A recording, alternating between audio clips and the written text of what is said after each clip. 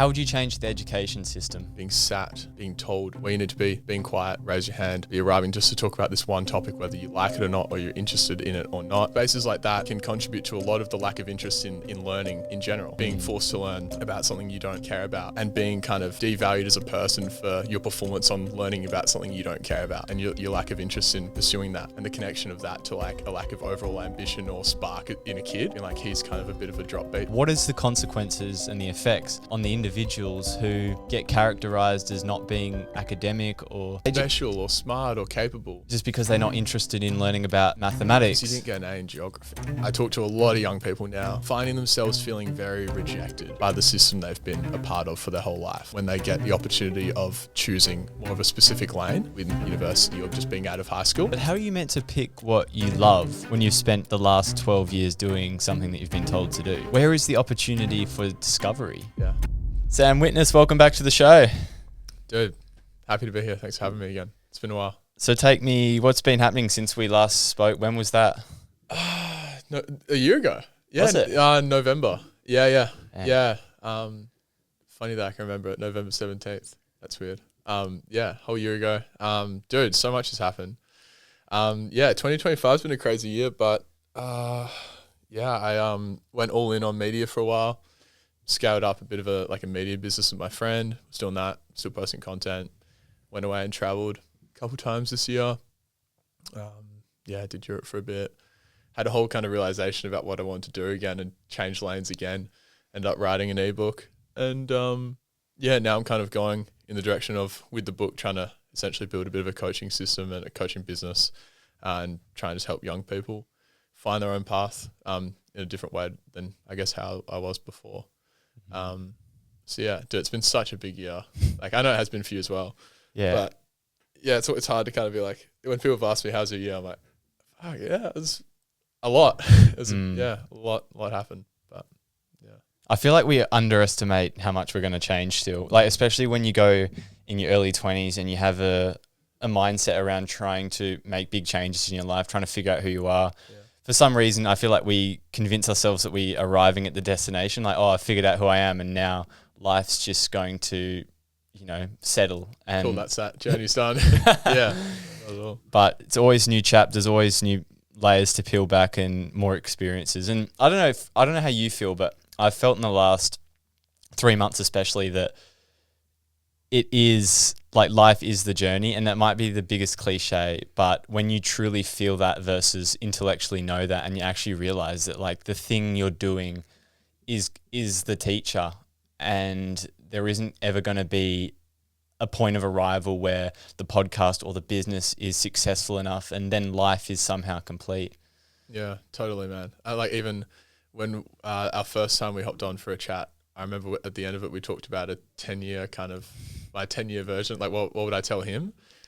And it's funny how much has changed in the 1.5 or 2 years it's been since then, maybe 2 years. I guess it's just going to continue to be a journey. I've definitely realized that more recently, just with my own kind of growth. Like, I don't know, I think growth gets, a lot of it's quite intangible and hard to see from the perspective of other people.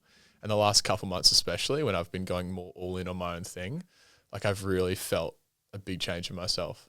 And it's one that I feel like it's hard to kind of maybe necessarily explain, but it makes me excited for the future as well, to be like, fuck, if I keep really attacking my life and wanting to follow a really true path and keep being willing to like prove myself wrong in different ways as well and make changes when I need to, the growth is it's continuous, hey? I think when you become a content creator, you grip quite tightly to the metrics because the intangibles, the self-growth is quite immeasurable, and I think it's quite a period of uncertainty. So we grip quite tightly onto the followers. I know that I still fixate and focus on those things, right? But it's like that process of coming back to what you love, why you're doing it. How's that been for you? Like, your platform is in a place where I aspire to get to, a lot more followers. What's that difference been like when you started out? When I messaged you had around 1,000 followers, and now, pumping past 50,000. How's that journey been? Yeah, people always mention, it's so classic that when you get to a certain amount of followers or dollars or success or whatever, that nothing really changes in a lot of ways. And yeah, I'd been told that, you know, as I started growing as well. And like, I don't know, I probably thought a lot of things would change, but they haven't really. It's been a really weird journey. It's been great, you know, so good. And I'm very privileged to be able to kind of reflect on it now after gaining a bit of a following. And it's been very beneficial for businessy stuff and being able to kind of walk my own path and use content. And it's something I enjoy. But yeah, it's been a challenge, like content. Yeah, I guess in a few ways, like being known for something and then you're gaining a following in it. You try to figure out, oh shit, where do I go with this? You know, because I started with rejection therapy mainly, and that was kind of, I was becoming the rejection therapy guy. All good problems to have, but yeah, content, it is definitely a hamster wheel regardless of how many followers you've got. Like you definitely feel that pull to be stuck on the app and to keep posting and to be checking your metrics relative to what now is your good enough. Like, you know, especially when I was starting to slow down after like I did rejection therapy, then I was traveling. So I was making travel content, doing interviews. It was all just popping off like easily. And then I got back home and there was this period where the account wasn't growing by a couple hundred followers a day, or I wasn't hitting 20K every reel, maybe more like 10K. And it's so like, you know, me 3 months ago before that would have been like, that's your problem that you're having. But it's funny how that was still like affecting my kind of worth a bit of like how good my stuff was. So yeah, there's a challenge to figure out mentally, like that kind of getting your worth not out of the algorithm and the views and the things that you can't see, and also just like remembering to show up authentically, or like why you wanted to post in the first place. It's the social media is a weird space. How would you separate the creator version of you versus the real Sam Witness? Like, a lot of your content has been just a reflection, a raw takes of what you're going through. Do you find that there's a difference between how you think about your social media self versus who you actually are? Not a huge difference. I think when I was doing rejection therapy and I was starting to become someone who was known for a very specific thing, and that was getting hard as well, and I was wanting to try to keep showing up and doing this thing when I don't know if I really want to anymore, there was definitely the chance to kind of go in a direction which was becoming less and less me. But I think the cool thing about my focus on the whole time was like just share my journey. So I think the further I got along with it, and I think the more I reflected on how do I want to like be on social media and like help people and be real, I kept figuring out or learning that how important it was to like show up as myself. So now I feel really lucky where I use my Instagram pretty confidently as like myself. And so then the difference doesn't feel that major. Like it's quite nice if someone comes up to me and says like, you use Sam Witness, and I can, I don't know, have a conversation right there, like kind of just as the person I am, and like, and talk, and the things that they have enjoyed seeing or why they follow me is like reasons that I should be proud of or happy about as well. Like, and they followed me because of my journey, which is the one that I am going on. Like it's aligned and it's the same thing. Yeah, which is a really nice feeling. I guess you can go on social media and post about whatever you want, and it doesn't have to be something very authentic if you don't want it to. If you want to go in a really, you know, forceful direction towards the algorithm as well, to get attention, it's probably not the fastest way to get there, potentially. So yeah, it's nice I feel like it's pretty much the same version of me to the amount that I let get seen, I suppose. Yeah. It's almost a pretty good litmus test for your authenticity. How do you feel when someone recognizes you for your content in the public space? Like, is there that? Go, shit, I need oh shit! Like, who do I have to perform? What do I have to remember about who I've been online? Yep. And how do I have to copy that? Whereas, if you are just being yourself and expressing whatever you want to do, but it's so fascinating, that concept as well, because a lot of people create content for very different purposes. If you're going back to day one of your content creation journey, what would you tell yourself? How would you think differently about making content? I don't know. I mean, from the start, I was quite consistent and I just kept showing up, and I'm really glad I did.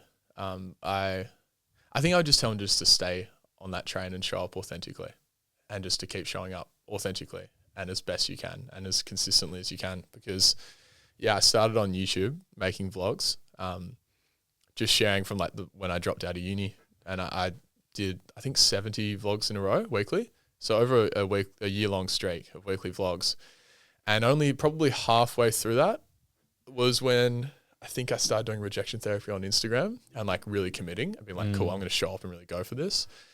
And but there was a good, I think probably 25 weeks at the start of like a couple hundred views on each YouTube video tops, maybe, or like 200 views. And started posting on Instagram and getting nothing really back, still meeting people and but just not that viral feeling or anything like that, or being known as like a real creator with, over 5,000 followers or whatever you deem being a, an influencer or whatever. And I think I'm just really glad I just continued. But there were plenty of times where I was so close to giving up. I had a few vlogs which were like 2 minutes long where I just press record. I was like, I've had a pretty ordinary week. Just haven't wanted to film anything, and I've been trying to grow my freelance work, and I haven't really grown it. And see you next week kind of vibe. And I'm really glad I did that. And if you combine the consistency with still showing up authentically, I think that's important. Because if you have a daily posting goal, but you're just trying to feed the algorithm or not necessarily still show up as yourself, then you can get caught in that hamster wheel without maybe a lot of like meaning attached to why.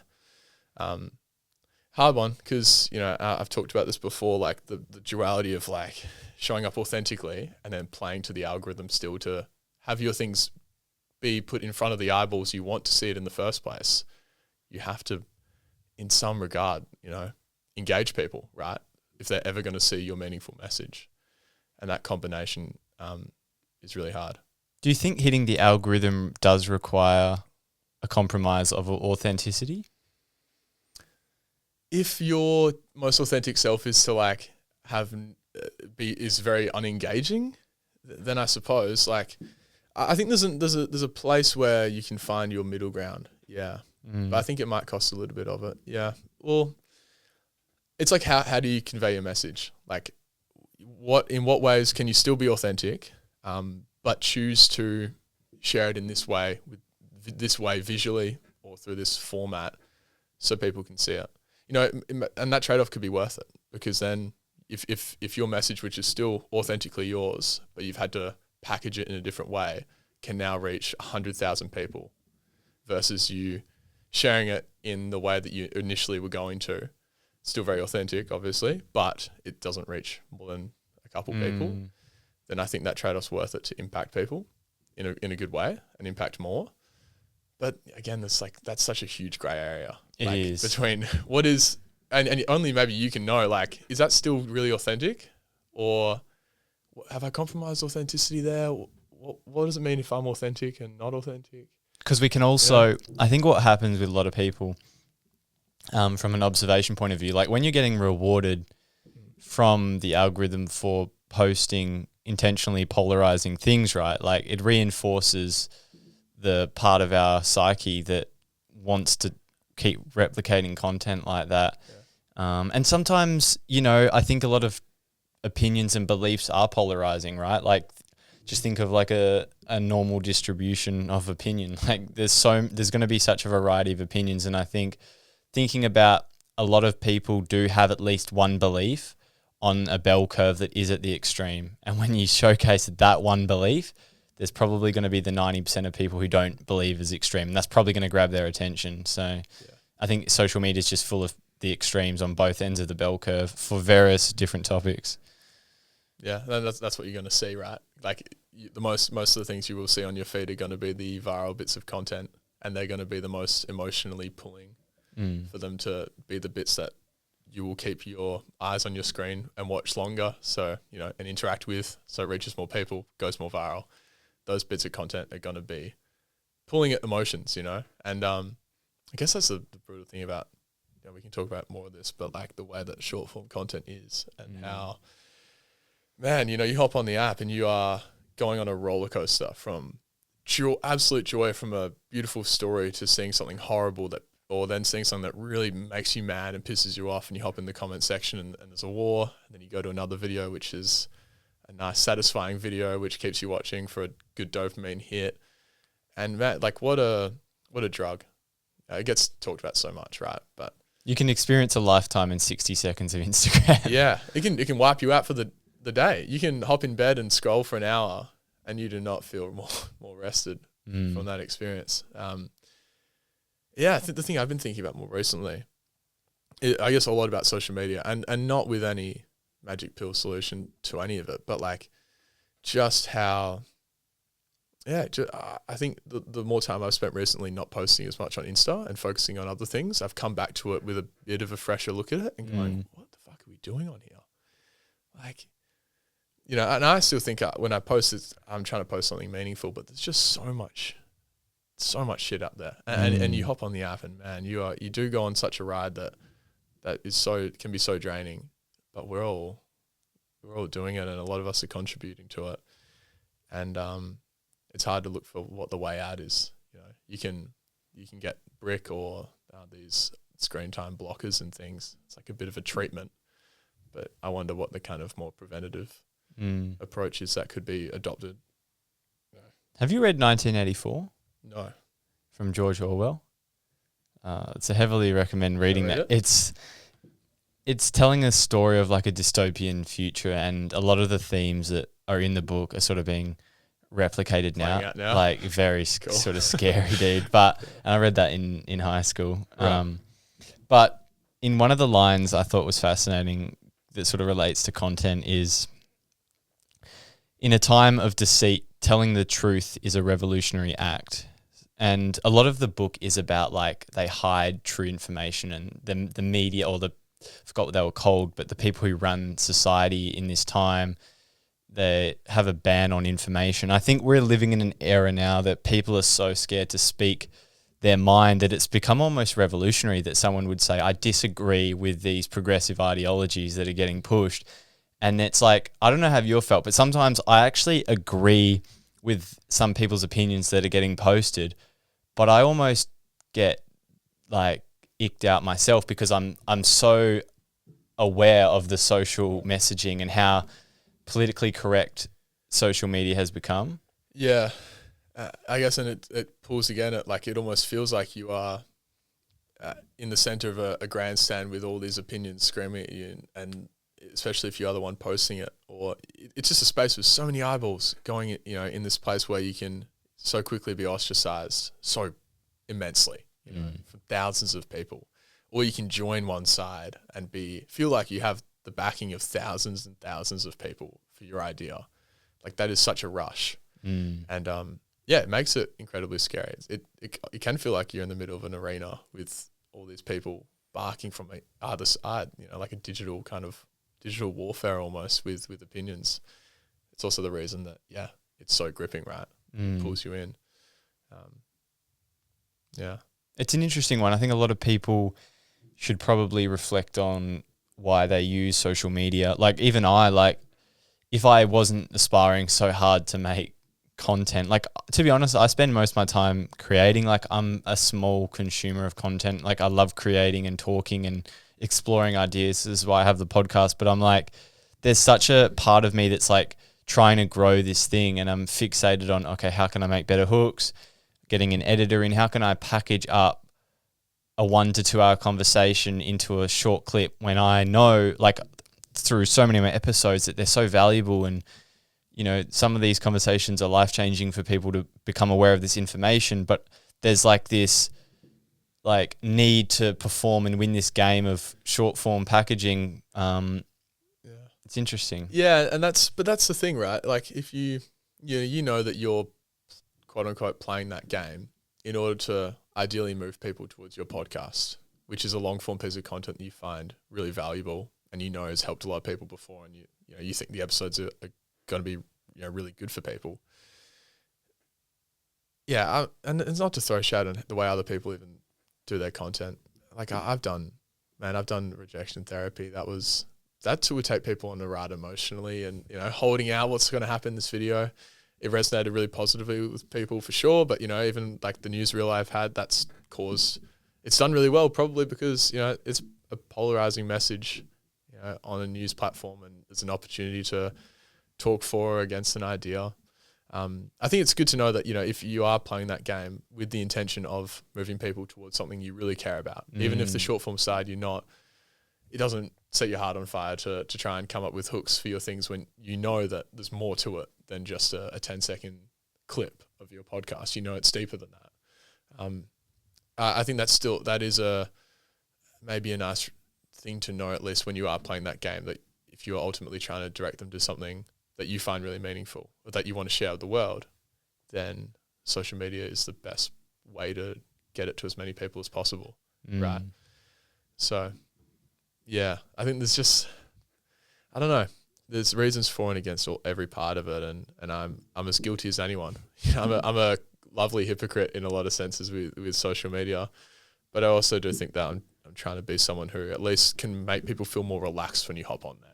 Just be like, okay, cool, I can maybe use this as a time to take a breath and feel good instead of like charged with all these emotions and fears. And yeah, it's an interesting one. Like, I feel like over my journey, I've like tried to niche down too hard at times, and people say to niche down. I was watching a reel from Chris Williamson saying, why do you need to niche down? You're an interesting, diverse individual. If you want to express all of your opinions, and you're going to attract in people who resonate with those unique things. And it's like, I don't know, I felt a long period of my time, it was like, okay, Jack and I joke about this, but went through that like mental health era, which was all like, promoting awareness around mental health. And then now I feel like I'm actually being really introspective about what conversations do I find interesting? How can I, you know, I'm pretty aware who would I have an interesting conversation with. And the metric for just a podcast, I'm like, if this podcast couldn't be released, would I still have the conversation anyway? And for a lot of these people that got on, it's like, yes. And I don't know, it's an interesting one. I think we change a lot as you go through the journey, but I just think if there's no, having an intention behind content is useful. Otherwise you're not living, it's not living. Like if I didn't have a podcast, I don't know how much, if I would be active at all on Instagram. Yeah. Because this is the thing that people misunderstand about content creators. Like, I'm a very introverted guy. I'm more of a shy guy, and people think because I have a podcast, I might be this extroverted Jack McIntosh sort of guy. That's not me. And the reason I love this is because I was sort of depraved of the deep understanding of my peers when I was growing up. I felt like I was an outcast. So I love connecting with people on a deeper level, exploring some of the most interesting conversations. And I don't know, it's funny because I think a lot of people who create content, there's this like misperception that they're always this confident, happy-go-lucky, outgoing people, but so far from the truth. Totally. Yeah, man. Referring back before about being consistent, I think the problem with creating content, even when we have the outcome goals, right? Like, we're so fixated on the outcome and the metrics instead of creating it for its pure love. I'll read you this quote from Andy Warhol. Please. He says, "Don't think about making art, just get it done. Let everyone else decide if it's good or bad, whether they love it or hate it. While they are deciding, make even more art." How true. Yeah, so cool. And it comes back to having like a big why behind why you're posting in the first place, right? Like, for the love of sharing some message you really care about, or using it as the place for promotion for something that you really want to see grow or that you want to bring to the world. Yeah. And if you're coming from that place of kind of play in a way as well, and just share, and being the metaphorically almost the kid in the sandbox, just creating things and exploring it and wanting to just share that with the world. I guess that's a part of art, right? Like, to really make something truly art, you probably need to put it out in front of other people to have them to feel whatever you were feeling when you wanted to create that thing and share it. And what a beautiful place social media can be to do that. And what a sustainable way to make content if you're making something you really love and care about. Of course you're going to keep going, you know? This is your way of sharing the thing you love to the world. What an incredible platform to do that. You know, anyone can then see the thing that you think is incredible and that you have a real deep feeling attached to. They can judge it, they can criticize it, they can also be completely moved or changed by it. And you have a place where you can, if you have the courage to, like, meaningfully share something that you deeply care about. to the rest of the planet, which is beautiful. So, yeah, there's such a reason to still be someone who wants to create content. It's just such a it's in such an interesting place. It is, because it's quite like there's a direction that social media is heading, but I think you're never going to go wrong being truly yourself, and sometimes you do have to be inauthentic to realize what is authentic. Like, I've posted so much content before, I reflect back on it and I go, yeah, I did this now because of this other reason. Like, now looking back, I have this perspective over time, and it's like, okay, but that's fast tracked my growth, the willingness to put myself out there. The feedback loop from social media is so quick, but it's really easy as well. You have to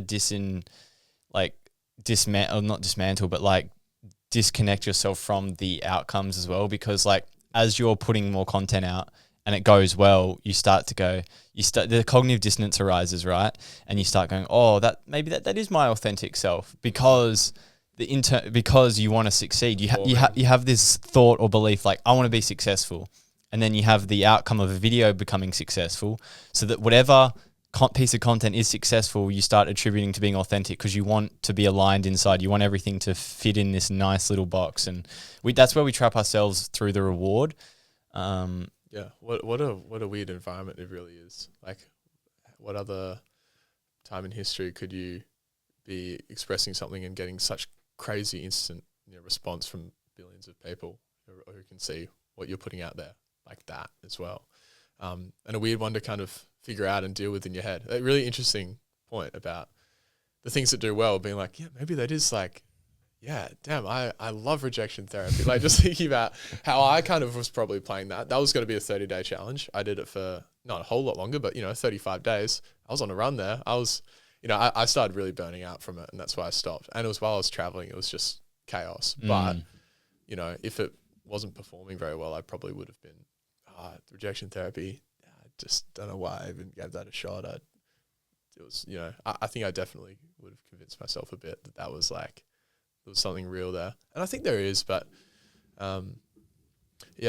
it's an incredibly interesting space, and where it's at right now. Probably perpetually, I guess, with social media, it's like I was just saying this on my vlog the other day, like a bit of a car with bald tires and a dodgy steering wheel, just full throttle, brick on the accelerator, and you just don't know exactly what's going to happen.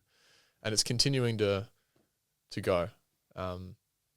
And I wonder where things are going with AI, and everyone's talking about that, but I don't know. I don't know where that's going to go.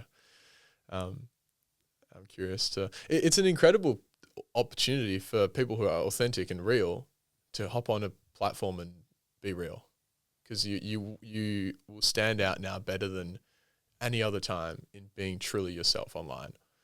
But you have to be the person who has the courage to go first, or go on your own and do that, and step out into a lot of eyeballs and be like, this is me.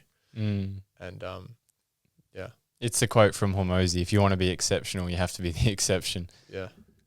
It's thinking back, imagine thousands of years ago when these philosophers would gather up in the center of the town and debate these ideas. And now we're getting our deepest ideological beliefs tested like 20, 30 times a day. Think about from the primal aspect of our brain, like deep into the fear center, our amygdala, like every time we open up a belief and someone is saying something that maybe we don't agree with, like that's activating the stress response in our brain, because it equates with, this person doesn't agree with me, this person could kill me. So I need to be aware. So it triggers us. And yeah, we're just constantly getting triggered. And it's weird. There's the two aspects to that, right? Like sometimes people trigger us because we have like our own deep fears or subconscious beliefs. But then there's also the more primal aspect of like, if someone fundamentally sees the world differently, we perceive them to be a part of a different tribe, which would actually make them an enemy by default in our primal years. So it's so understandable from that lens why it can stress us and make us anxious. But I don't think our brains have caught up.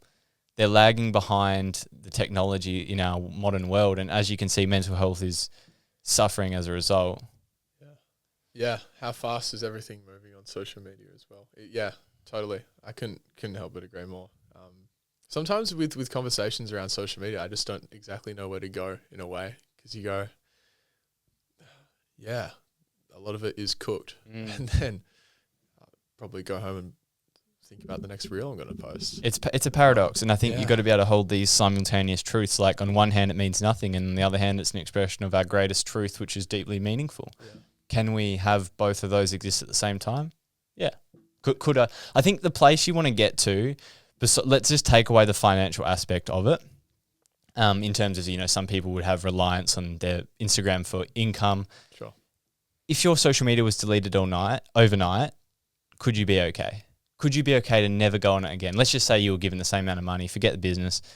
Would you be okay? And I'd say a lot of people would really, really struggle to know, because they live through their social media, and they're so identified, not just from the habit of showing up, but like of being interested in other people's lives, because they don't want to maybe look at their own lives, because maybe they're living vicariously through, like, why do you think we look up to so many people on social media? Because we're vicariously living our dreams through other people. Yep.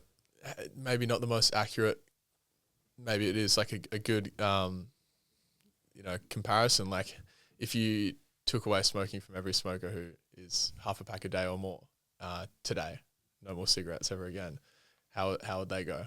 Yeah, that'd be healthier, right? In theory, a bit long term, I suppose. But how would that first week be? Incredibly challenging.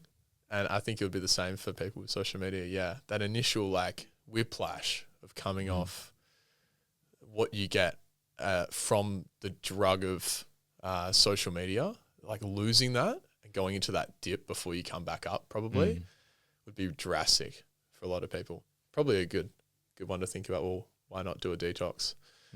Even recently, I've been thinking about doing like 7 days of no social media. Aside from like my ad account still running and business stuff being live, like just not going on there at all, and just trying to continue to, like, if I share and talk about these things, like make sure I lead by example with them as well, and happily be the one that goes first in ways and tries to experiment and share what it's like. It almost seems funny to talk about, oh yeah, like that's a big challenge, deleting an app off your phone. But I think for most people, man, it'd be an incredible challenge. It's become so enmeshed, right? Like it's hard to split the difference. But yeah, I don't want to talk more about getting people off their phones. I need people to listen to my podcast and consume my content. So anyways, let's change tact up. How would you change the education system? Oh God. In a lot of ways, I don't know. In a lot of ways, when I have ideas about things that can change, there's instantly an issue that arises. What's an example of that? I think with a curriculum, or especially even in a physical school sense, being sat and being told where you need to be, being quiet, raise your hand when you want to share an idea, be arriving just to talk about this one topic, whether you like it or not, or you're interested in it or not. In one sense, I think that is, I think like spaces like that can contribute to a lot of the lack of interest in learning in general, being forced to learn about something you don't care about, and being kind of devalued as a person for your performance on learning about something you don't care about, and your lack of interest in pursuing that, and the connection of that to like a lack of overall ambition or spark in a kid, being like, he's kind of a bit of a drop beat for not. That's so true, isn't it? And but again, man, I've got thoughts like that with it, which, people, that's not a new thing, right? But then I just think back though to like when I was growing up, like I was very academic, so I was always pedestaled for like my drive, my intellect, and like that. I always had that sort of pride of like, oh yeah, I'm the hard worker, and I'm like, well, all these other people want to work hard and do other stuff, but just not reading books and learning about the stuff I love. And I think, what is the consequences and the effects on the individuals who get characterized as not being academic or like special or smart or capable, just because they're not interested in learning about mathematics? Because you didn't get an A in geography, or or in a very specific field on a school curriculum. In ways I find that pretty tragic. I talk to a lot of young people now through my book and people who are finding themselves feeling very rejected by the system they've been a part of for their whole life when they get the opportunity of choosing more of a specific lane in university or just being out of high school. And but how are you meant to pick what you love when you've spent the last 12 years doing something that you've been told to do? Where is the opportunity for discovery? Yeah. I was reading a book recently. What's it called? The Autobiography of a Yogi. Beautiful book about this guy from India called, I think, Yogananda. Probably butchered that. But and his journey is trying to, in the, I think the 40s or early 1900s, trying to take spirituality and the lessons that he'd learnt to the West, to America. And he talks about his dreams of schools where people just learn freely about their interests and and how people would actively be seeking that education as a young person when their curiosity can be explored. And to not, but again, there's ways that the school goes, well, yeah, but you can choose your subjects and we have co-curricular things and, after school you can do these things outside of school hours, or, we'll let you choose your little specific lane in biology. But I don't know if that's enough for people. How many people hop out of high school and go, what the fuck am I going to do next? And don't feel like anything is for them. But don't feel like anything is for them and then have no idea what they're going to do instead to have a career and be able to get the house and be married and fit in and survive financially and be happy. There's that, like, I feel rejected by this place, but what am I going to do instead? Which is like such a hopeless place to get lost in and to feel. I was talking about this almost this analogy or metaphor to describe it, right? It could link into like the title, like the third path, but it's almost like, let's say we have our own unique life journey, our dharma, our biggest mission in life, like our authentic path. Let's just visualize like you're going down this path and something that's meant for you. And then there's the identity of you, like what people perceive of you, who you think you are. It's like this other lane, right? Now, instead of going to our lane, the reason we get so distracted in the other lane is like there's all of these signposts around that lane from society. It's telling us, it's like got all the warning signs about going into our own lane. It's got all the signposts saying like, success is down the highway. It's 100 kilometers away. Just, you've got to do this. And there's all these little markers along the social path. And our path is foggy.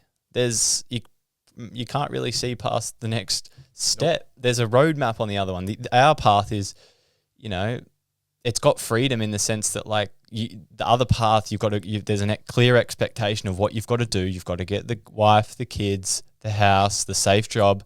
The other one's got freedom, but it's got uncertainty. And that's, that quote you have on your wall? It's probably my favorite quote of yours. The price of freedom is uncertainty. I mean, it's obviously quite simple, but it's the most powerful reminder of, if you want freedom, you have to go through uncertainty. That's the price that you pay for that. Like, and in my book, I talk about like that traditional path being kind of like a tunnel where the walls are almost built up of like expectations and pressures, and it's keeping you going in one direction with the promise of that tunnel opening up at some point to some light and a vast, beautiful field, which, everything's kind of there for you. And then the kind of third path being like breaking through those tunnel walls of those expectations. And there's this incredibly vast open field out in front of you. You can go in any direction you want. And there's just kind of these little trails kind of beginning to lead off into unknown, and the people that are willing to walk in that are the people that are willing to face uncertainty. And I've been thinking a lot about the difference between clarity and certainty, being, I think a lot of us, see if I cook it or not, see clarity and certainty being the same thing when there's a great difference, where hoping that the clarity we'll have is like the certainty of seeing into the future and knowing what's going to come next and wanting to have this view over everything, when in reality, especially if you're going to walk your own path, or even in general in life, like really the certainty you have about what's going to happen next is, really you can try and pretend it and hope and try and plan as best as you can for the future. But especially if you're going to walk your own path, you're realistically, pretty much the whole way through, probably going to be able to see 5 meters in front of you into the fog. But to be able to still have and that being about uncertainty and not knowing what's coming next, but to still have some clarity around like, this is enough, this is my journey, and I'm choosing to walk this path. Don't know if they even really. I love that, because I think we do confuse the two, because I think because the safe and predictable path that we've been sold has clear actionable steps and a timeline and a roadmap, we think that gives us clarity and confidence about our happiness and fulfillment, right? Whereas yes, it's certain that, you know, if you get this amount of money doing this amount of job, you're going to have these things. There is certainty over what you're going to have. You're going to have this house. You're going to find a partner. You're going to find a job and be secure. But it's not going to give you the clarity on being the person who's going to be happy in those situations and those circumstances. And that's the problem, is we're so fixated on being attached to having things rather than who we're going to be and what we're going to feel like. This is the problem with our visual system. We're so fixated on what it's going to look like on Instagram when we can promote a version of ourselves that we don't even know if we like, because we haven't spent enough time to figure out who that actually is. Yeah, but you'd rather the discomfort of that than the discomfort of having to explore and face the fact that you don't really know who you are yet or what you love. How much safer may you feel if you can be somewhere you are patted on the back for just choosing a particular path, and can you deal with that discomfort of like hiding and pushing away, knowing that this might not be your realist version of yourself, in order to instead have that certainty about what's coming next and being able to identify with a specific role in your career. I think that is encouraged, you know, instead. I think that provides a feeling of security, you know, which can be taken away from you as well, you know, with your workplace and where you are. But that latching on for that feeling of security when uncertainty can be so scary. And it is, you know, but I also think that means that going on that journey to looking for your own freedom and discovering the deepest parts of yourself and facing uncertainty is like just the most incredible path to take in learning about the deepest parts of yourself and facing those wounds and those deeper parts of who you are that haven't been explored yet. I think stepping out on your own path and just exploring, you know, even in a sense of like, if you're just choosing to take a gap year just to travel and try and figure out who it is that you are, already the action of doing that is very, it's a vast field already in a sense of like, well, I want to find what I really love, and I've got a year. I don't know where to start. You know, I think I might try content. Like this is just basically what I did. Like I try content. And I love videography, and I want to travel. Like that, being in a space like that is uncomfortable and scary. But that is a place for incredible growth, which isn't that tangible, which doesn't come off as letters after your name or a bullet point on your CV. And I guess that's the choice that people have to make. You know, as a young person, well, sure, I know that there's great growth I can have from traveling and learning about myself and quote unquote finding myself, but I can't really see what that even looks like. I don't know if I'm even going to get there. And the other choice is, you know, I stick it out for one more year and I get that, or I stick to this path and I will get that piece of paper, and, you know, like that is accepted and my family is going to really applaud me for that. I can get a role, I can get a job. And I don't blame people for feeling that huge pull to go down that path. I think you're going to truly discover who you are or peel back the layers when you go through experiences. And I think we're in this era of experience bypassing where we don't want to immerse ourselves in the uncertainty. So we remove ourselves from situations like experiences where we're going to fail, we're going to be messy, we're going to fuck it up, and we're going to be like, yeah, that was a mistake. I've made a lot of mistakes already. Like I think back, man, like I lost $30,000 over 2 years with a gambling addiction. I have been very toxic in relationships. I've been so self-centered. I've made mistakes. I used to be heavily addicted to porn. All these things, man. If without that through the last 5 years, I wouldn't be closer to like what I truly value. Like you need the contrast of the pain, the suffering, the difficult emotions. And every single person I've interviewed who has gone through shit has learnt something about themselves that they love in themselves. And this is the problem. We're not willing to sign up to that. And I think it's cliche, but sign yourself up for suffering. I do think the caveat to that is you can do a little bit of prep work to figure out, to make sure it's directionally correct.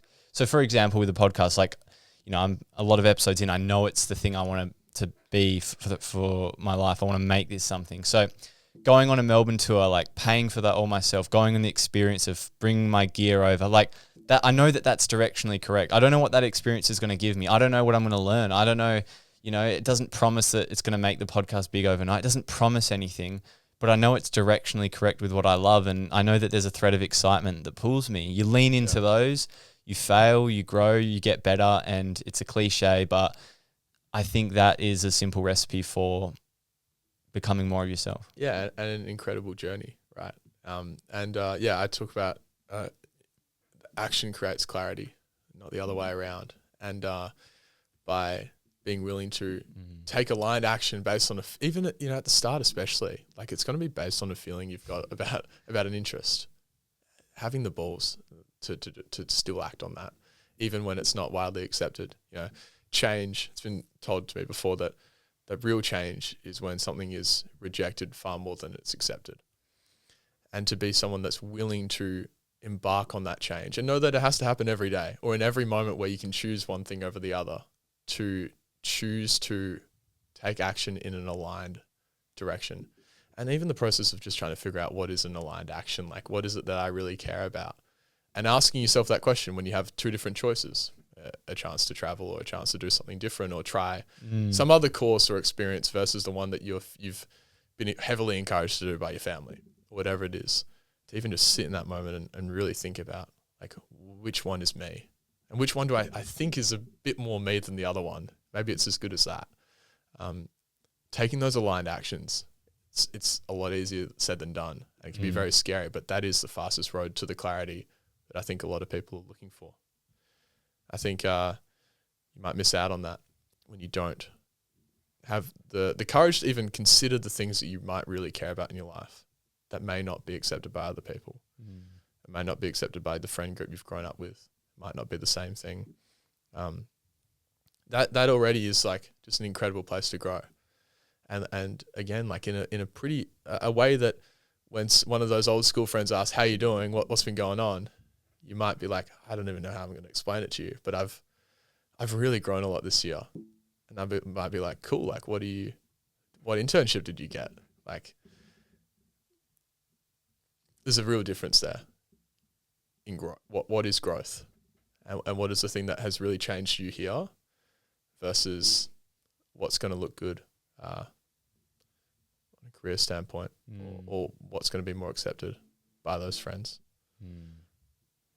I find something that's been quite useful for me to help figure out why I believe something in the first place. And I think if I could give any advice, even to my younger self, and this is what I did, so I'm fortunate, is like become a professional question asker. Like the quality of your life is determined by the quality of your questions. And that's a DeMartini quote. But it's like our life is determined by actions, right? With actions, we make a decision to take that action. So decisions, usually we have two choices. And what informs the decisions that we have is the perceptions that we have in our brain as well. So then when you go into the brain, we have these perceptions, and these perceptions are often automatic, and they come from these beliefs. And then we can bring back the origins of these beliefs to experiences that we went through when we were younger. Like what were we constantly told about deviating from the path? Like I have parents that are business owners and gone against the grain, believed in things that are against the mainstream, and that's reflected in my journey. So if something feels off, trace it back to your journey. Like there's no such thing as a coincidence in your life. Oh, I just got stuck in my job. It's like, no, there's a reason that your brain and your mind and who you are your life has played out a certain way. Like it can be a systematic, logical process to peel back the layers and go, okay, when did I get this job? What have my parents been telling me when I've grown up? What have my friends been saying? Like, what do I think success looks like?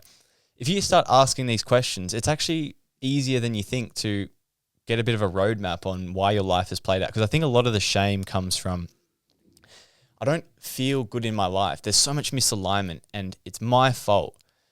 You're actually sometimes way less in control of your life than you realize. Like when you're 0 to 7, like that's when your subconscious mind is being developed. You don't have influence over your environment.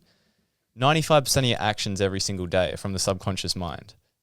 And between 0 and 7, you don't even have a conscious thinking, logical mind. So when you think about it like that, a lot of these things aren't your fault. But now you're an adult. You have a brain you can have a mind that can have thoughts. You can question things. You can go back to experiences and change the way that you view them. You have that in your control. And I think we don't use that tool enough. We get used by the tool, the brain. So that's what I've done to change my life. Yeah, dude, you said that really, really, really well. I look forward to listening back to that later.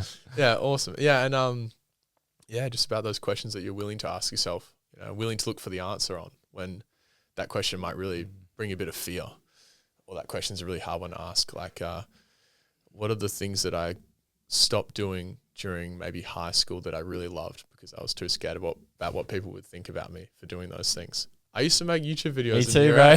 And now we're doing it. Yeah, dude. I would solve Rubik's Cubes and started a YouTube account. Sick. Grew it to 200 subs in 3 years or something. And yeah. And I think that was a huge factor for me, was like when I was in the pit of like, I was doing uni. I'd done a gap semester working away and I loved it. Best time of my life. I'd made some money from it by working and did a bit of travel. And like, then I was like, sick. That was great.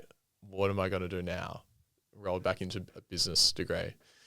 And I was just like really low, man. It just felt very meaningless. Like where's my future going? And I feel like I could kind of see it. And that was scarier than not being able to see the potential of one that I was much more excited by.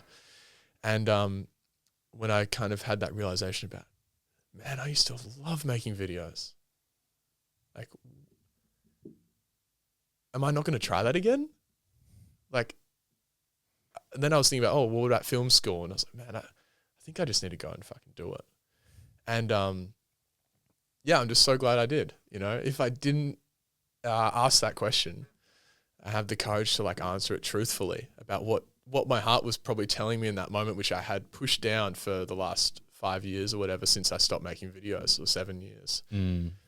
Thank God I had the balls to like at least be like, damn, man, that like you used to really care about that. Like, yeah, of course, like making YouTube content, who knows where that's going to go? Most people will stop making videos after a few months, or it won't go anywhere, right? And I'll give up and I'll go back, and that might be what you end up doing. But man, you just got to I had to give it a go.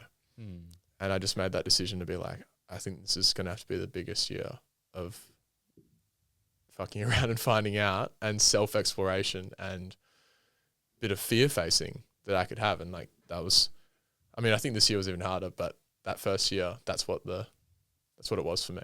Like setting a timeline of 18 months. I think I'd said like till the end of 2024 to just not be at uni and try and make this work. And it's so funny how it's completely zigzagged in a million directions since that initial thought. But yeah, I'm just glad that I chose to like try and answer that question, I guess. Something about like when you go on the journey of content creation, like everyone's journey is going to be so unique, right? Like I started creating content before your content's blown up. And I think a lot of people see other people's success, right?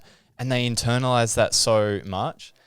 And I think it's that fine balance of like, people are going to go viral for different reasons. And also it's that fine balance of like, okay, can I find some improvements? Because like recently things are going better for me. I'm thinking of ways to improve content and blah, blah, blah. But like, I'm not attached to the outcomes of like, my worth isn't tied to followers, but I still feel good when I have a high following day, because I know that like it's leading towards this greater vision of like having a full-time job doing this thing. And I think there's also a part of us that's like, we try and like become not emotionally invested in our greatest expression. Most people who do content and want to express themselves, they're trying to like rid themselves of this emotional investment. And come to this guy who was talking to me about it. He's like, there's never going to be a point in my time where I'm not emotionally invested in like my business that he does through his Instagram. He's like, this is my being. This is an expression of who I am. And I think we're trying to rid ourselves of it. And it's like, it's that, can you hold these two simultaneous truths? Like my Instagram is a direct reflection of, what I'm about and who I am. And that can be scary, but also at the same time, it doesn't really mean anything at the same time. And if it was deleted overnight, like, could that not affect me in this, take away the financial aspect for anyone, but like, could I just be okay just to do other stuff and move on? And I think if you can get both of those happening in your mind at the same time, you're in a pretty fucking good position. Yeah, a real free place to create meaningful things that you really care about in a kind of almost a limitless way of maybe even trusting that, you know, if I lost that in Instagram, then I'd find somewhere else to share that exact same message and I'd still bring it to the world in a different way. Because I think what happens is when we start, right, and this is definitely the mindset I had and a few changes I've made recently. When we start content, we have literally no followers. So we're trying to, we go through this lens of trying to please as many people as possible. We don't want to be polarizing because then people are going to unfollow us. We don't have any followers to lose. Yeah. So we're scared of losing nothing. It's like, that's the freedom to express yourself. And that is what is going to magnetize people. Because think of a magnet. If you aren't the opposite of something, you're not going to attract anything. You have to repel people to be able to attract people, and that's just the law of physics. The same thing happens to content. The reason your content, like, I can objectively see your content and go, I know why it went well. You talked about the education system, which is polarizing because a lot of people have deep-seated like resentment from their own journey about the education system, what they've been told to do. People feel something. If you make someone feel something, you're going to create interest. And the rejection one as well, like, people are so scared to be themselves in public and be confident, like, that pulls on the heartstrings. Like, that's an emotion. So if you can make someone feel something, and you can make someone feel something through any means now, like, you can tell a story, you can create fear, whatever you want to do. There's so many emotions, right? It's like, that is what creates engaging content. Yeah. So can you like pair that with a meaningful message? Mm-hmm. And maybe that's the nicest way to think of trying to figure out that duality is like, sure, you know, I'm worrying about my hooks and I have something that I really want to share. Okay, cool. Like, what is the real feeling that you want to convey?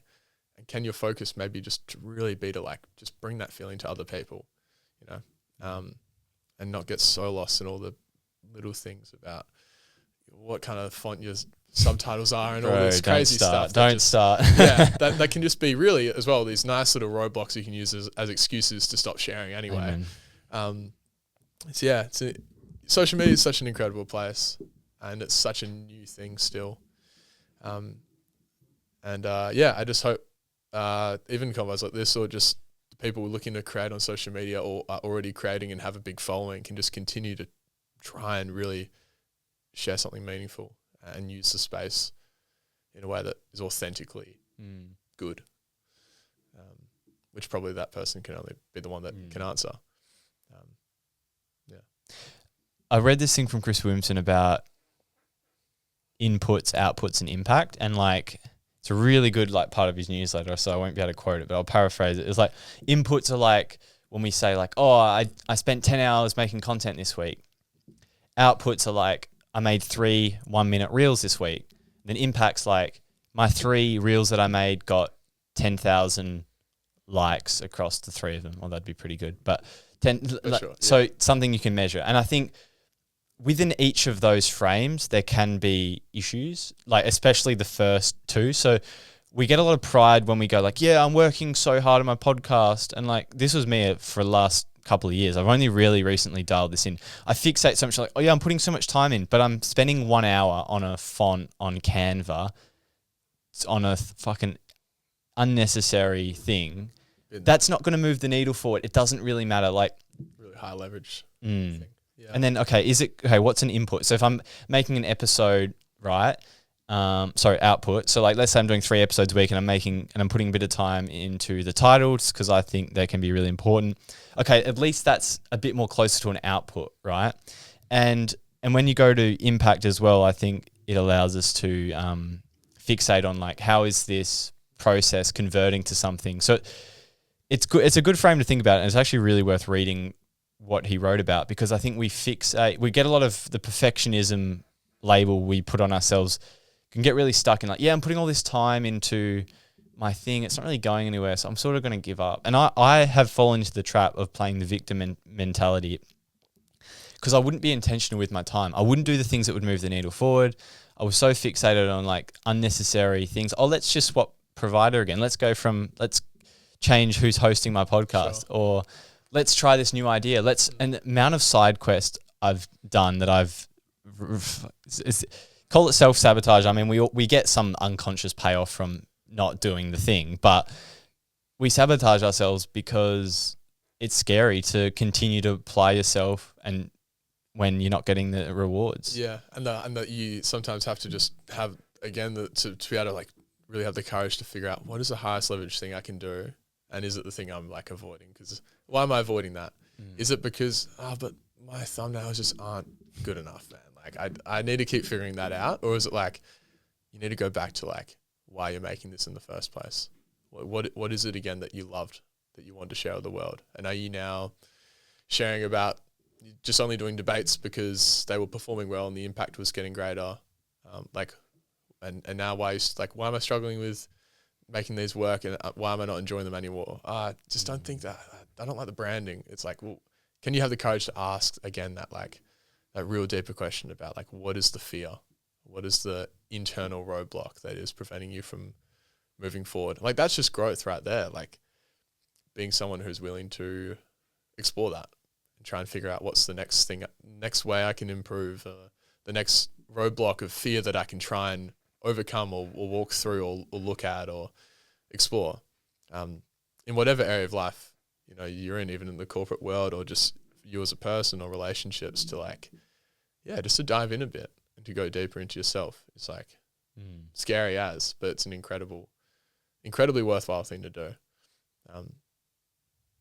And you can be doing that anywhere. Those fears will come up in everything, right? Like it will come up in content. It will come up in the thumbnail process. You know, it will show up in your life. And what a great thing to try and face those in every area. I also pair that with like, I do look from some of the best podcasts as like, okay, what are their standards? Like if you want to be somewhere, who is there and why are they there? That doesn't mean you have to be them. That's not about copying the essence of who they are. It's about, is there a framework that they're embodying around their titles or their thumbnails or their systems of promoting and marketing and bubble wrapping? Like for me, I actually don't care about that stuff. Like I've never been that interested in the marketing and bubble wrapping. So I'm like, you know what? I'm just going to copy a successful framework. The essence of who I am is through these conversations. I keep this very, very authentic. So I know that I'm doing what is aligned. Yes, okay, you know, I have some systems in place that I didn't invent. So what? But at the core, the valuable long-form podcasts, when I research this stuff, like I'm thinking about ideas about what I'm curious in. I'm researching, I'm investigating all these things. Like I know that that's me. And I think you can learn a lot from other people who are successful, but you've got to pair that with, while you're going on that journey of like being yourself. And this is the paradox of content creation, is there's all these like things where it's like, be yourself. Okay. But also learn from people who are successful because they have some tools in their social media. Still use my script framework. You know, yeah. Comment script for. Exactly. There's so many things, to learn. I think sometimes the only way is through. But also, I'm such a staunch believer in like, if you have the right toolkit, like if you've been learning these things around self-awareness and how to have good habits and systems, like I think the feedback loop's quicker and you grow quicker. Yeah. And if you can create, especially on the content side, you know, I've like been talking to a few people recently who want to start, and just really interesting those convos about questions that just keep coming up about, so like, what camera do you use? And what about your lights? And I still haven't gotten around to making my first reel in the last week because I just don't know how I'm going to film it. And just being like, man, like these people who have a real meaningful message. You know, I've been talking to this guy who's wants to make a philosophy account to really bring old philosophy to Gen Z and try and bridge that gap. And he's a poetic guy, and he makes beautiful content. It's just, you know, he can figure out the engaging stuff later. Like He's got to start. He's already got the thing. Like he's already. I've been telling him, like, man, you have an authentic, meaningful message to share with the world. Not that many people have found that, and you're 20 or whatever. You can learn the other stuff on YouTube. But he's at step 1. He's trying to be at step 10 because that's what we feel the pressure of, like, because we see these high-performing accounts and, like, even the things I was referring about before, like, that's because I've progressed. Like, I just started with a podcast, no cameras. I bought $50 mics off a mate. I had it from recording through my laptop. and now I've spent fucking 20 grand over the last 3 years, right? Like, and this is just the start of my journey. Let's say I'm at chapter 4. There's going to be a chapter 5, 6, 7, 8, 9, 10, 11, 12. You've got to be able to have the self-awareness to know what part of the journey you're at. If you're at chapter 1, you haven't started, just fucking post the content. Don't worry about the perfect caption, making a business out of it. Yeah. There's fog. There is fog. Same thing of that, probably that pre-ingrained belief of trying to look for all that certainty down the line of how it's all going to pan out and what I should be doing when I get to, step 10. But realizing that like you've got about 5 meters of clarity in front of you and you just need to keep walking and just keep taking the next step, and the way will continue to be revealed as you take action. Good quote is the DeMartini. I love this, because often what we do is we say, it's in the way. So like excuses around camera or whatever excuse we want to come up with. Instead of saying it's in the way, it's on the way. So just to quit the easiest reframe, if you think something is in the way, how is this serving me? How is it actually on the way? So much of my journey, like I've created all these excuses. Camera's not good enough, like all these little things. And it's like, how is this serving me? Like, what are the benefits to me? So when you start out, right, what are the benefits to not having the cameras, not having all this thing? Well, you got to list the benefits. There's no consequences if it fails. There's no pressure. There's no financial investment. There's always a benefit you'll get at every single moment in time. We're just so conscious of what the downsides are. We're not aware of the benefits. Like if you post one video and you hate it and you're scared, then you can give up. There's like, if I gave up now, if I stopped doing it now, like it's a different point to if you've posted one video. Do you know how many people are going to ask me, what happened to the podcast? I have to live with that, right? Sure. You're at stage 1. There's freedom. Yeah. And also like, what was the thing that got you from step 1 to 2? It was starting, doing, even when you didn't know how properly, fiddling around with audio and watching some random YouTube videos and figuring it out. And then one episode you go, man, probably look back on your first episode and go, dude, the audio is like shocking, or I can't look at what I forgot to do that time. Like I look back at my first YouTube videos and they're like hilarious. But I wouldn't have gone to this point if I didn't start.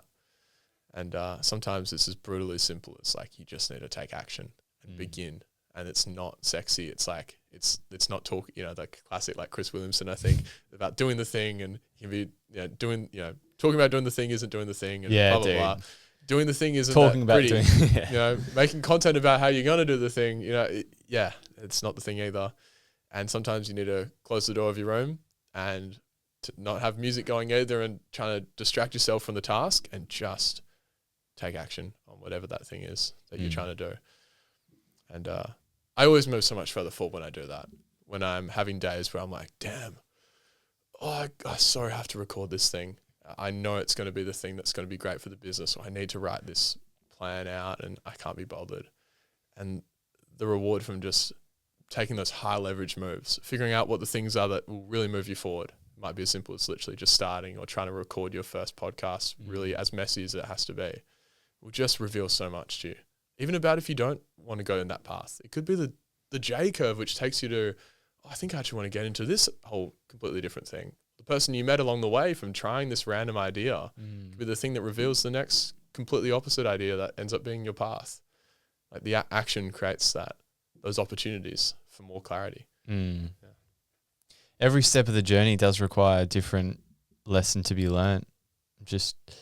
It's the willingness to start, because like there's no cookie cutter answer. Like depends what part of the journey you're on. It's just, that's where having the self-awareness around who you are is important, because you know what the internal signals are. Like I know when I'm distracting myself now and not getting it done. I know what process it looks like. Sometimes, it's going to be, depends why you're using social media, because some people just use it as a way to express their thoughts and they can get a following just in any way. There's no right or wrong way to be authentic on social media in terms of, let's say, without hurting anyone or something like, but like in terms of it's going to be messy. I think that is you have to fucking come to terms with, you're going to get knocked down a lot. If you really want to make a statement, right, you're going to be knocked down. You're going to be late nights overthinking it. You're going to be anxious, and then you're going to be more resilient because you were anxious and you still did the thing and you still showed up. And then you're going to get stressed out and think, I'm going to give up. I'm just going to go to a normal job. And then you're going to go, actually, I really fucking love this thing. And what is the alternative? And you're going to keep going through these series of oscillations between every single emotion. Oh, yeah. And that is what makes you the person. Yeah. And just when you said, what is the alternative? That has been, for me, the number one thing that's made me keep going when I've been in those slumps and those real dips, has just to remember, in spite of all that, in spite of all the anxious moments that may build up and the late nights and the challenges and the doubts and the insecurities you're facing and the fears that are coming up, to ask yourself, because you go, why am I doing this? Why have I chosen this path again? This is cooked. I can't keep going. To remember, okay, like, what is the alternative again? What was the thing that was so draining to me that I just couldn't keep going? And I had to look for something else when I had no idea what it was going to be. Like, that path is waiting for you, and it will welcome you back with open arms. A path of a smaller life that has been there for you. You chose to walk this and to explore and look for something else. The normal system will be there waiting for you. You don't have to wig yourself out that 2 years trying to do something different is going to be the deal breaker, so you can't enter the corporate world. It'll be there waiting for you. And also, when you choose to play the victim, you will be patted on the back and told how hard you had it and welcomed back. That is there for you. Are you willing to own your journey and continue to kind of walk that path? It's up to you. I think we don't realize how good a story it's going to be when we do. Like, I can just see yourself in 5-10 years. I can see myself in 5-10 years and go, is this a story worth telling? And I know I'm on the way to building that. And even the last month since I've gone all in, like, I don't like to reflect too hard because I'm also know that, like, I'm quite aware, like, I'm not some big successful podcaster. This thing isn't making money. Like, I'm well aware of the situation I'm in. Like, yes, I aspire towards that, but just the changes in myself and, like, how I feel and, like, what it's giving to my life. Like, at the end of the day, this is a finite experience, and, like, psychologically, like, yeah, it's I don't know what I was talking about. Just I guess after going all in, like, just the whole experience. I guess, like, for you, like, what has been the biggest takeaway in the last month? Or have you even felt this crazy difference between all the growth you've had in the last month versus the last, I don't know, a year or being not fully all in? Like, how's that felt?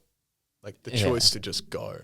I reckon it's been 2 stages. So, like, firstly, it was easier and harder in the sense, like, I was so, like, on that emotional high of, like, this is the thing. Yeah. Then it got really hard and stressful because I was fixating so hard on numbers. Like, I said I'm going all in, so I need the numbers. And then the last few weeks I've been like, yeah, I'm all in, but I can let go of the numbers because I know deep down now, like I said to you, like, I'm doing 3 episodes a week and that's it. That's 3 episodes a week, and this is just going to be me for put my foot down and whatever. Like, I know that I've proven, like, I can do episodes, right? This is episode 170 something. Like, I've done a lot of episodes, but I've taken a few breaks and I've had excuses. I've played the victim, and that's been my biggest learning over my content journey. If I could give myself advice, and then anyone else in a similar position, is, like, you're not the victim. If something's not working in the sense of content and and it hasn't turned out to this thing, like, if you play the victim, it's not going to change anything. It's not going to change anything. Like, yeah, I've had a tiniest little bit of growth in the last month, and I see this growing more and more because, like, I'm willing to never play the victim for myself anymore. Like, I've had that hard internal chat, like, your life is a direct reflection of what you're willing to face and accept and make changes on. So I feel like all in is easier in the sense of there's less bullshit, there's less changing of my mind, there's more certainty that I'm never going to give up.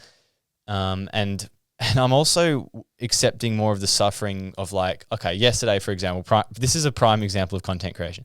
It's 4:00 on a Friday, and I'm sitting down to edit this 2-hour podcast that I just did. So I go through it, I timestamp the whole thing, I make the manual cuts, and I had that thought, like, fuck, man, this is pretty shit. Like, I can't be fucked. And you just do it. There's no guarantee that this podcast is just going to happen and it's going to be worth the suffering. But I've had this realization that you need to just do the thing and continue to do it and not resent those parts. Like, because when I was doing it, I was like, how many other people are willing to do this as well? Like, if I want to be, I don't hide my ambition anymore. Like, I want to be exceptional. I want to be one of the great podcasters of the modern era. Like, I want to be like Chris Williamson.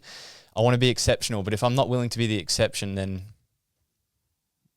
why would anyone listen to this podcast, or why would anyone take note of this journey? It might take me 500 episodes. It might take me 1,000, but yeah, epic. So cool. No, dude, your journey's been so cool to watch and even like how we've, a year ago we were having another podcast discussion, and then I don't know, maybe a year before that was the first one, to just these little check-ins along our journey is like really cool as well.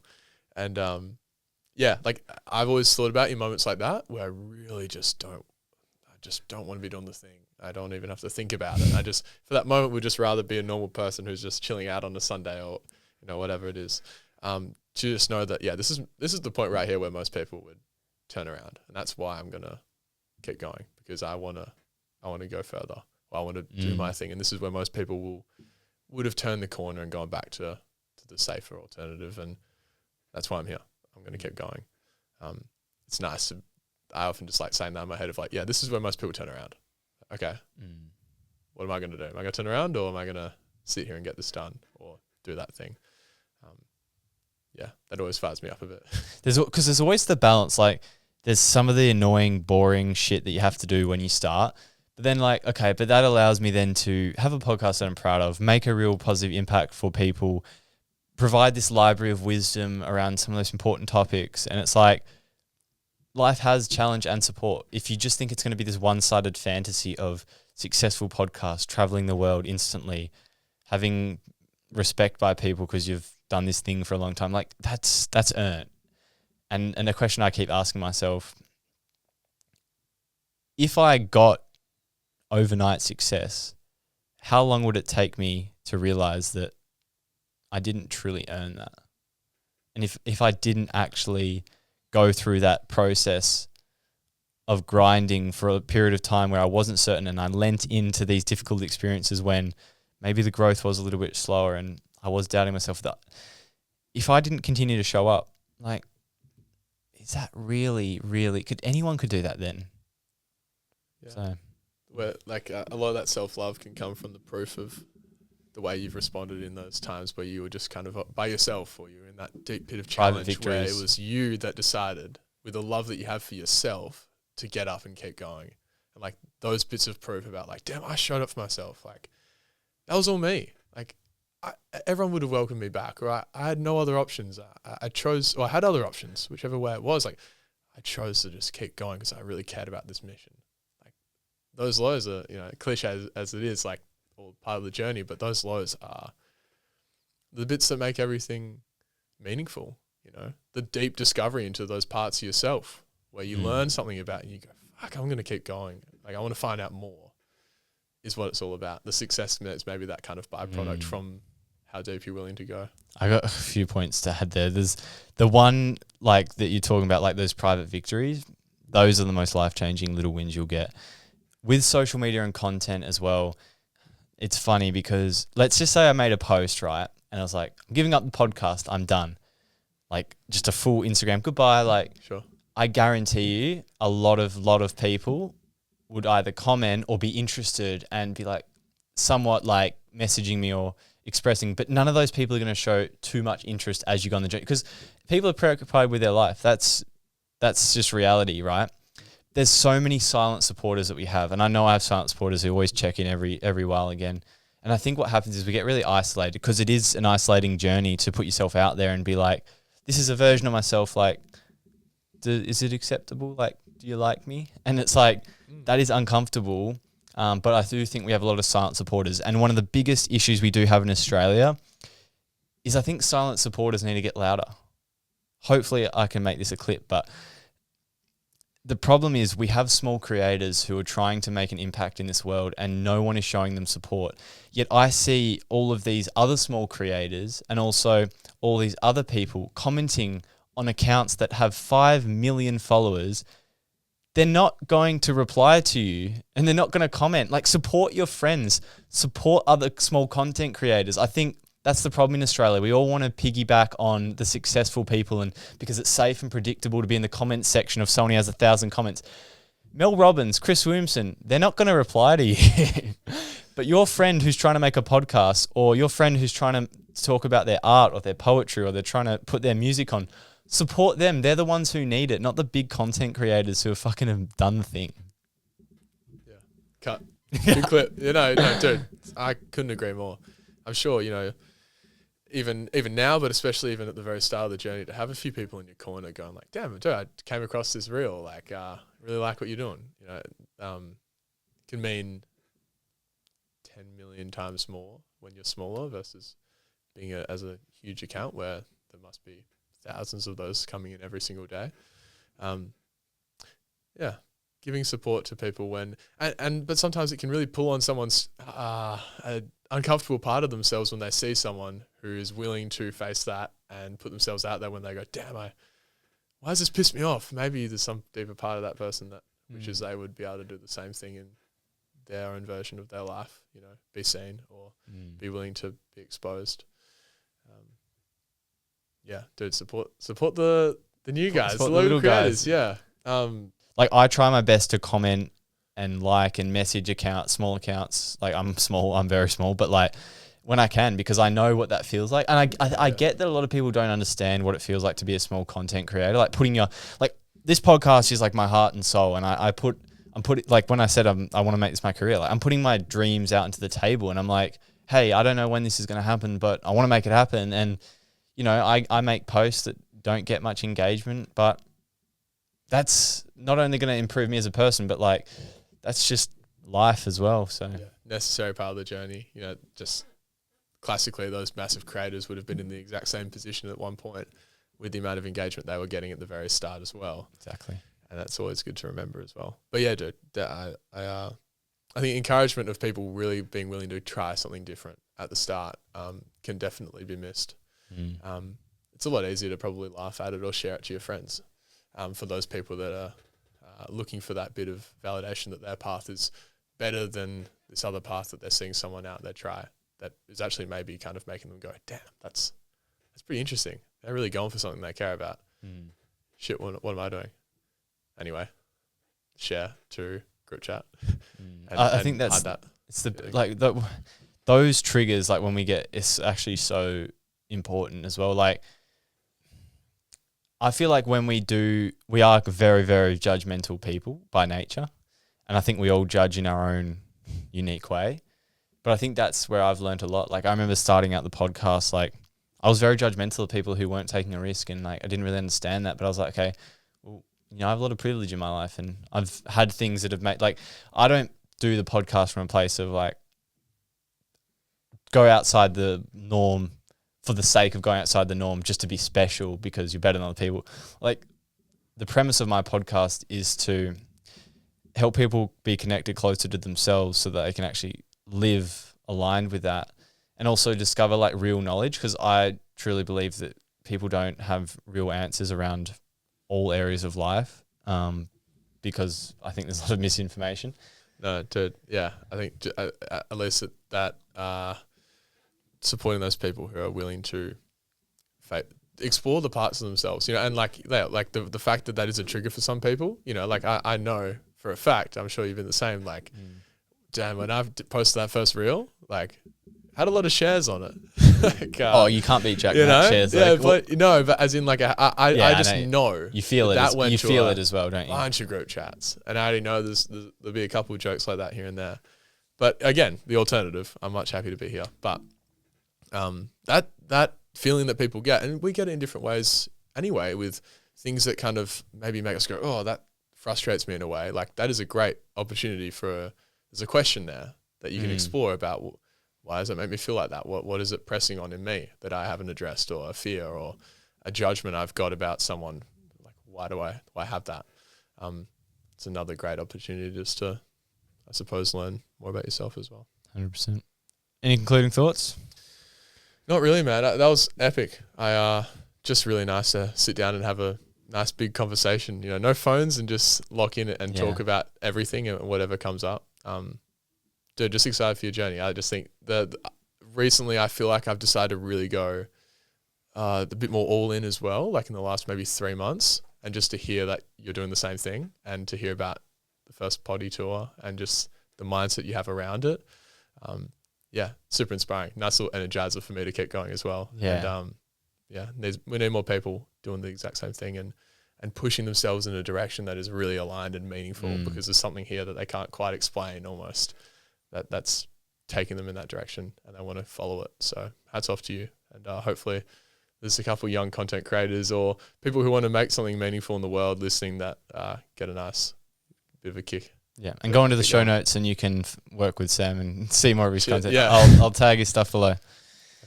Yep, Sam, thanks for coming on. Thank you, man. It was awesome.